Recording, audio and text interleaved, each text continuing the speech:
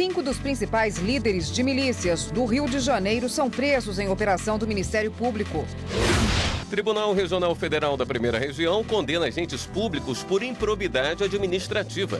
A verba pública era para a compra de ambulâncias, para aprimoramento do Sistema Único de Saúde, o SUS, mas se tornou um esquema de desvio de dinheiro. Acordo de leniência, lavagem de dinheiro e colaboração premiada são debatidos em fórum jurídico sobre o combate à corrupção em Brasília. A ideia base da corrupção está exatamente no aproveitamento da coisa pública para a maximização dos ganhos privados. Apesar da lei, pessoas com deficiência ainda sofrem com a escassez de vagas no mercado de trabalho. Existe um preconceito por causa que pessoas com deficiência são sempre menosprezadas. E Janeiro Branco chama atenção para os cuidados com a saúde mental. Segundo dados da Organização Mundial de Saúde de 2018, os transtornos mentais são responsáveis por 34% dos anos perdidos por incapacidade na região das Américas.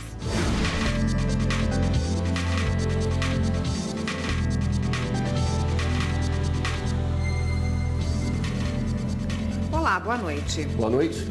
5 dos principais líderes de uma organização criminosa que vinha agindo na zona oeste do Rio de Janeiro foram presos nesta terça-feira durante a Operação Intocáveis, desencadeada pelo Grupo de Atuação Especial de Combate ao Crime Organizado, GAECO, do Ministério Público do Estado.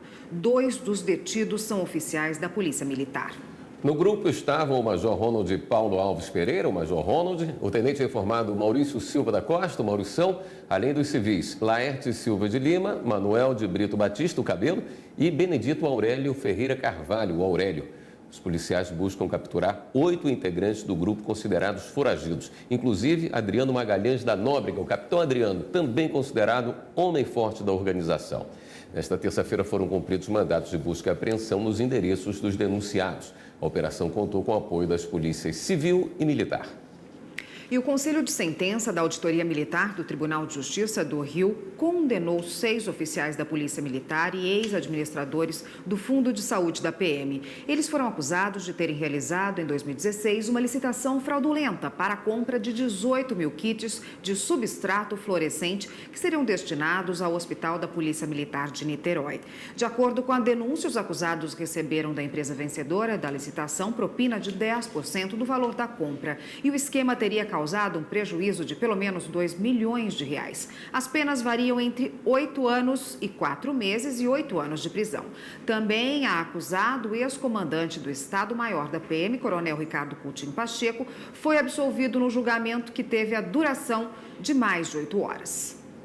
O Tribunal Regional Federal da Primeira Região em Brasília condenou agentes públicos por improbidade administrativa na compra de ambulâncias.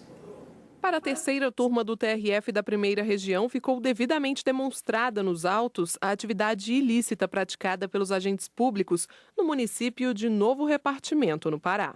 Foi comprovado que o ex-prefeito da cidade realizou licitação simulada, confirmando a empresa vencedora sem fazer pesquisa de preços e seguindo com editais viciados, o que afronta o previsto na lei das licitações. A verba pública era para a compra de ambulâncias, para aprimoramento do Sistema Único de Saúde, o SUS, mas se tornou um esquema de desvio de dinheiro. Em primeira instância, os agentes públicos já tinham sido condenados, mas um deles recorreu ao TRF1. Alegou que o objeto do convênio foi cumprido e que não há provas quanto ao superfaturamento.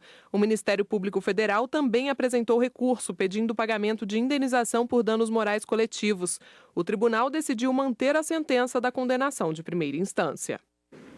No momento em que o Brasil discute os caminhos para combater a corrupção, estudantes, autoridades nacionais e internacionais reúnem para trocar experiências e informações sobre o assunto.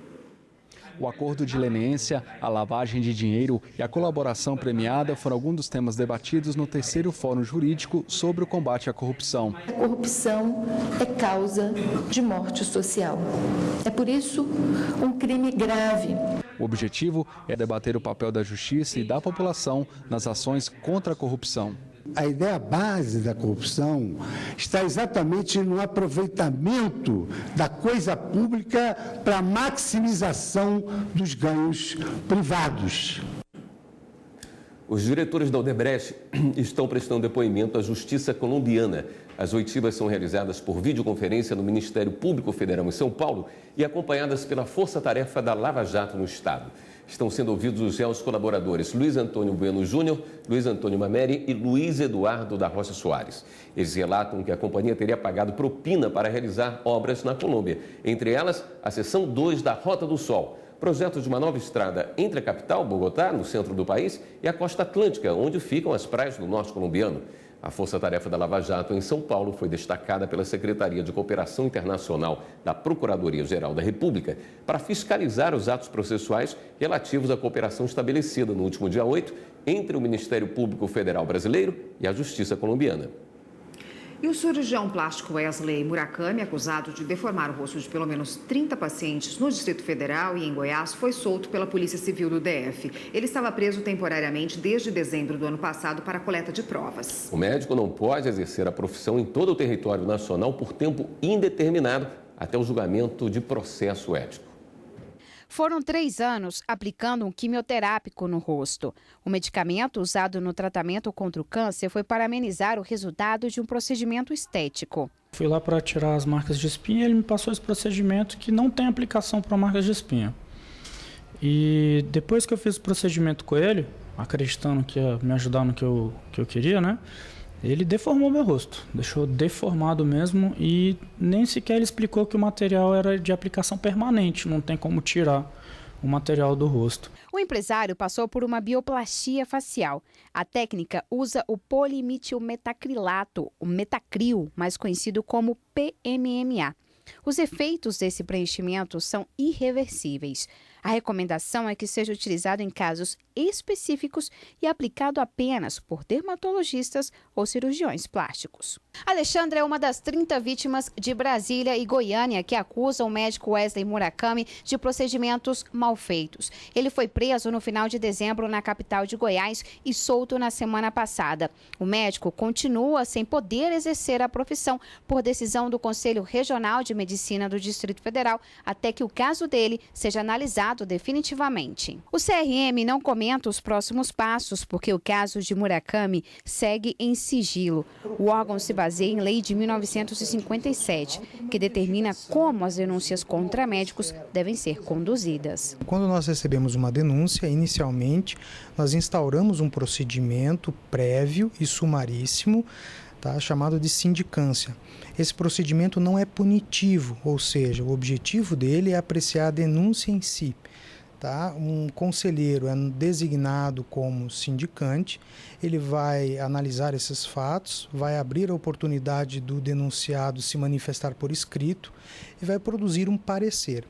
Esse parecer é encaminhado até a Câmara de Sindicância e nessa Câmara o parecer será apreciado e lá será tomada a decisão. Essa advogada coordena um observatório de direito do paciente na Universidade de Brasília. Ela explica que é muito importante ter certeza antes de fazer uma mudança estética, além de pesquisar sobre o profissional escolhido. Qualquer procedimento no seu corpo, ele pode trazer resultados inesperados. A pessoa tem que estar consciente disso. Eu acho que isso é um ponto central. Sempre tem um risco. O risco sempre vai estar presente. Então, segundo passo, ela realmente procurar informação, e principalmente na Sociedade Brasileira de Cirurgia Plástica, acerca daquele profissional. Procurar informação na sociedade, procurar se aquele profissional ele é especificamente qualificado para a prática de cirurgia plástica. Terceiro ponto, quando o profissional indicar um estabelecimento de saúde, um hospital ou uma clínica, o paciente tem que verificar se aquele hospital, se aquela clínica tem as condições de segurança, inclusive na sala cirúrgica, para fazer aquele tipo de procedimento. E quarto ponto, o paciente ele tem que perguntar, tirar todas as suas dúvidas, principalmente em relação aos riscos daquele procedimento. Em nota, a defesa do médico Wesley Murakami informou que aguarda a conclusão do inquérito policial e procedimento administrativo em andamento para manifestar defesa técnica. E no próximo bloco, falta vaga para pessoa com deficiência no mercado de trabalho. O valor aproximado dessa multa é R$1.000 por funcionário não contratado.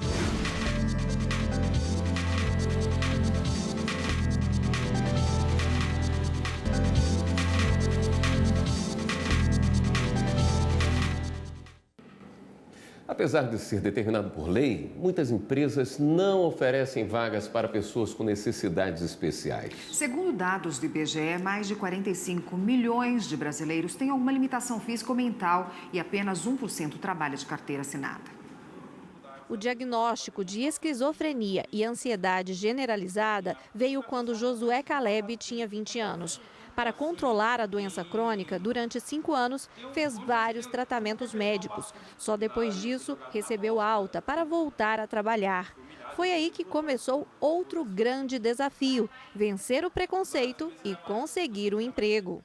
Existe um preconceito por causa que pessoas com deficiência são sempre menosprezadas. Depois de 2 anos entregando currículos, ele foi selecionado para trabalhar como auxiliar administrativo nessa loja de eletrônicos. A simpatia dele foi o que mais chamou a atenção da equipe de recursos humanos. Na hora de selecionar o Caleb, o que chamou a atenção? A simpatia dele, a comunicação em si. Então, o jeito dele se expressar, ele se expressa muito bem. Em 4 meses de trabalho, a competência de Caleb superou a expectativa do chefe. O Caleb é um funcionário bem tranquilo. Todos os direcionamentos que a gente passa, ele cumpre, ele tem responsabilidade, assiduidade, né? Então, em relação a ele, só elogio mesmo. Desde 1991, todas as empresas de médio e grande porte são obrigadas a incluir pessoas com necessidades especiais, física ou mental, no quadro de funcionários. A cota varia de acordo com o porte. Empresas com até 200 funcionários precisam contratar 2%. De 200 a 500 empregados, o percentual sobe para 3%. E de 500 a 1.000 funcionários, 4% das vagas devem ser ocupadas por portadores de necessidades especiais. E acima de 1.000 empregados, a cota é de 5%. Apesar da importância e da obrigatoriedade da inclusão social, poucos conseguem uma oportunidade. Segundo dados do IBGE, das 45 milhões de pessoas com alguma deficiência no Brasil, apenas 1% trabalha de carteira assinada. Este advogado alerta que as delegacias do trabalho estão de olho nas empresas que não cumprem a lei e, além de serem notificadas, também podem ser multadas. O valor aproximado dessa multa é R$1.000 por funcionário não contratado. Então imagine uma empresa aí que precisaria ter aí 4 funcionários portadores de algum tipo de deficiência e ela tem apenas 2, então ela será multada pela falta dos 2 funcionários restantes. Então aproximadamente R$2.000 e poucos. E para quem busca uma oportunidade, Josué dá a dica. Existe uma frase do Leandro Carnal que ele fala assim: não é o que a vida fez de você, mas o que você faz com o que a vida fez de você. Então, se a pessoa tem uma deficiência, é um problema como qualquer outro, porque não existe barreira para quem quer batalhar. Janeiro Branco destaca a importância do cuidado com a saúde mental e emocional. Janeiro Branco é o mês dedicado à promoção da saúde mental. O propósito da campanha, idealizada pelo psicólogo Leonardo Abraão em 2014, é a prevenção ao adoecimento emocional da humanidade. Quando a gente fala de saúde mental, você não precisa ter a doença para tratar da saúde mental. Porque as pessoas que vão no psicólogo, elas não necessariamente estão doentes. Segundo dados da Organização Mundial de Saúde de 2018, os transtornos mentais são responsáveis por 34% dos anos perdidos por incapacidade na região das Américas. Mas se a gente consegue ter descanso, ter atividades de lazer, fazer exercícios físicos, colocar no nosso dia a dia atividades que nos tragam satisfação pessoal e gratificação, é como se a gente diminuísse a chance do nosso sofrimento chegar numa tal intensidade que venha a ser diagnosticado, por exemplo, como um transtorno mental. A seção de psicologia do TRT5 disponibiliza serviços de manutenção, orientação e tratamento da saúde mental aos funcionários. Antônio é gestor da Coordenadoria de Pessoas do Tribunal Regional do Trabalho da Bahia e foi diagnosticado com quadro de estresse alto. Na verdade, eu acredito que todo servidor ele já traz traga no seu dia a dia um pouco de estresse, né? Pela própria responsabilidade, pela importância do trabalho que nós temos para a sociedade. De acordo com pesquisa publicada em março de 2018 pelo INSS, só em 2017 foram 127 mil trabalhadores afastados por comprovarem transtornos mentais e comportamentais. Ele pode apresentar deficiência na sua produtividade se ele não estiver com a sua saúde mental em dia. O programa Trabalho Seguro, desenvolvido pelo TST e aplicado pelo TRT5, também debate a temática. Esse ano, nesse biênio, ele tem um tema que busca também esse lado da saúde mental, que é o tema violências no trabalho. Então, todos aqueles casos de assédio moral, assédio sexual, bullying, discriminação, tudo isso é englobado nesse tema de violências do trabalho que vão repercutir também na saúde mental do empregado. A médica do trabalho do TRT5 ressalta a importância do equilíbrio físico e mental. A atividade física é essencial, ter um ambiente de trabalho sociável, em que você tem uma boa relação com o seu chefe, com seus colegas, isso ajuda bastante. A pessoa também tem que se cuidar mentalmente, procurar buscar aquilo que lhe faz bem. E no próximo bloco, os procedimentos feitos em cartórios que ficaram menos burocráticos nos últimos anos. Como é o caso do inventário, partilha de bens, separação e divórcio consensual.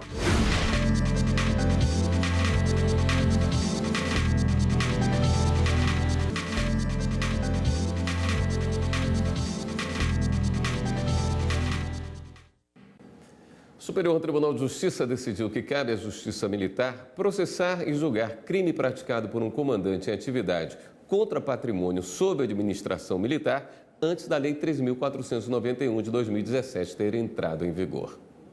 O processo analisado foi um conflito negativo de competência que foi suscitado pela primeira circunscrição judiciária militar do Rio de Janeiro, após a 4ª Vara Federal Criminal do Estado declinar da competência para julgar o comandante acusado de contratar, sem licitação, a empresa que realizaria obras em unidade do Exército.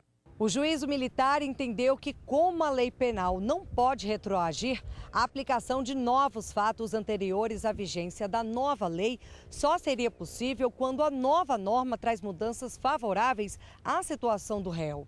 Segundo a relatora do conflito no STJ, ministra Laurita Vaz, a nova redação alterou a própria definição de crime militar e também ampliou, de modo substancial, a competência da Justiça Militar. Por isso, a magistrada concluiu que cabe à Justiça Militar o processo e julgamento do caso. Os cartórios fazem parte do dia a dia das pessoas, do nascimento até a morte. Para facilitar, nos últimos anos, alguns procedimentos ficaram menos burocráticos e mais rápidos. E o bolso do cidadão também é poupado com esse tipo de serviço. Saulo precisou registrar a filha recém-nascida. Tá tudo tranquilo por enquanto, só conferindo os dados para não haver nenhum erro. Guilherme resolveu dar um passo importante. Decidiu casar. Estou dando entrada para casamento. Vai ter festa ou vai ser só no cartório? Vai ser só no cartório. Já Yasmin veio tratar de questões do divórcio. Eu vim pegar uma certidão de casamento com divórcio averbado.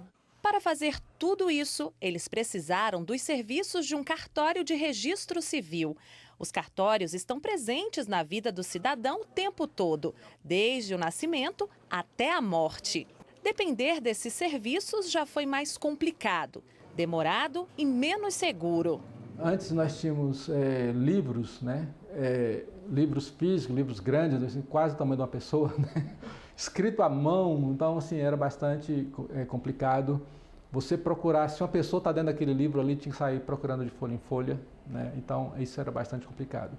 Depois se tornou informatizado, então você só procura dentro do computador e o nome ali aparece rapidamente. Muita gente ainda desconhece, mas com a aprovação da Lei 11.441 de 2007, alguns procedimentos ficaram menos burocráticos e mais rápidos, já que passaram a ser resolvidos de forma extrajudicial, diretamente nos cartórios, como é o caso do inventário, partilha de bens, separação e divórcio consensual, desde que atenda os critérios estabelecidos na legislação. Isso claramente desburocratiza o Brasil. de forma eficiente, célere e às vezes menos custosa, as pessoas conseguem o bem da vida, né, num cartório extrajudicial. Posso dizer também, por exemplo, da desjudicialização de reconhecimentos de paternidade ou maternidade socioafetiva. A gente pode falar, por exemplo, na possibilidade de mudança na designação de sexo e de nome de um transexual. Há um movimento forte de ver a solução extrajudicial com um novo conceito de acesso à justiça. Graziela soube disso só quando decidiu separar do marido. Ela se surpreendeu com a praticidade. A gente sempre ouve falar que o processo de separação é muito burocrático, que demora muito, né?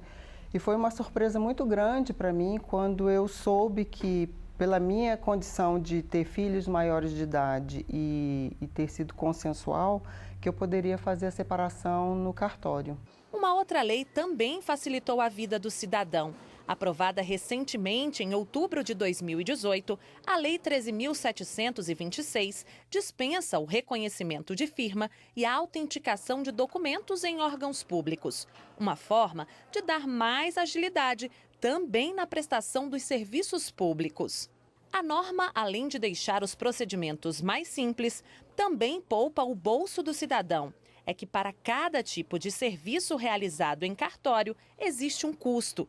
Esses valores são estabelecidos por lei. Os valores mudam de acordo com o estado. Para casar ou divorciar, por exemplo, as taxas variam bastante. Em São Paulo, para casar é preciso desembolsar R$ 385,50 e para divorciar, R$ 406,35. Na Bahia, o custo é menor, R$ 178,86 para o casamento e R$ 277,82 para o divórcio. E no Distrito Federal, mais barato ainda, R$ 164,75 e R$ 116,95. Alguns serviços são gratuitos. De acordo com a Lei 9.534 de 1997, o primeiro registro civil de nascimento e a certidão de óbito, com até 15 dias da morte, não podem ser cobrados. Os cartórios não têm financiamento público. Apesar de prestarem serviços fundamentais à sociedade, são de natureza privada. Todos os custos com estrutura e pessoal são de responsabilidade dos tabeliães ou registradores. Vamos ficar por dentro das últimas notícias. É hora do Giro na Rede.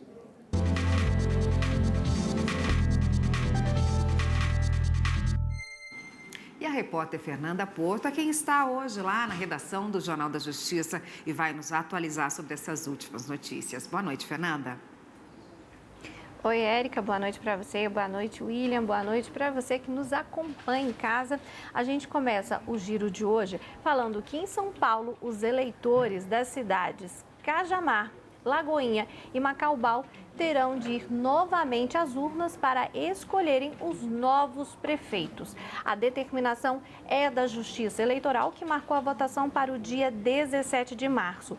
Os atuais prefeitos e vices dessas cidades paulistas foram cassados por improbidade administrativa, abuso de poder político e econômico. Os novos prefeitos e vices deverão ser diplomados e assumir a função até o dia 22 de abril.